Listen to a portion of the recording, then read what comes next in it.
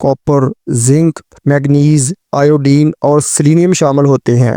ये तमाम अज्जा आंतों की सेहत को बेहतर बनाते हैं, दिमाग की नशोनुमा में मदद देते हैं, मुदाफ़ती निज़ाम को मजबूत बनाते हैं। मिजी एफएमटी पैदाइश से लेकर 6 माह तक के बच्चों के लिए इस्तेमाल किया जाता है, लेकिन याद रखें माँ का दूध ही सबसे बेहतरीन ग़िज़ा है। तो दोस्तों अब बात कर लें इसके साइड इफ़ेक्ट्स की। आमतौर पर ये महफूज है, लेकिन कुछ बच्चों में हल्की गैस, कब्ज़, डकार ज़्यादा आ सकते हैं। हल्की गैस का मसला बन सकता है, कब्ज़ हो सकती है, डकार ज़्यादा आ सकते हैं।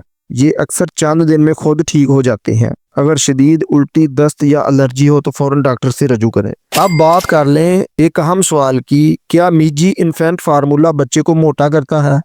नहीं, ये दूध बच्चे को मोटा नहीं बल्कि नॉर्मल और सेहतमंद बनाता है। लेकिन अगर बार बार ज़बरदस्ती पिलाया जाए, ज़रूरत से ज़्यादा मिकदार दी जाए तो वज़न गैर ज़रूरी बढ़ सकता है। इसलिए इसको सही मिकदार में दें, फ़क्त पर फीड करवाएं तो बच्चा सेहतमंद रहेगा। तो दोस्तों उम्मीद है आज की ये मालूमात आपके लिए फ़ायदेमंद साबित होगी।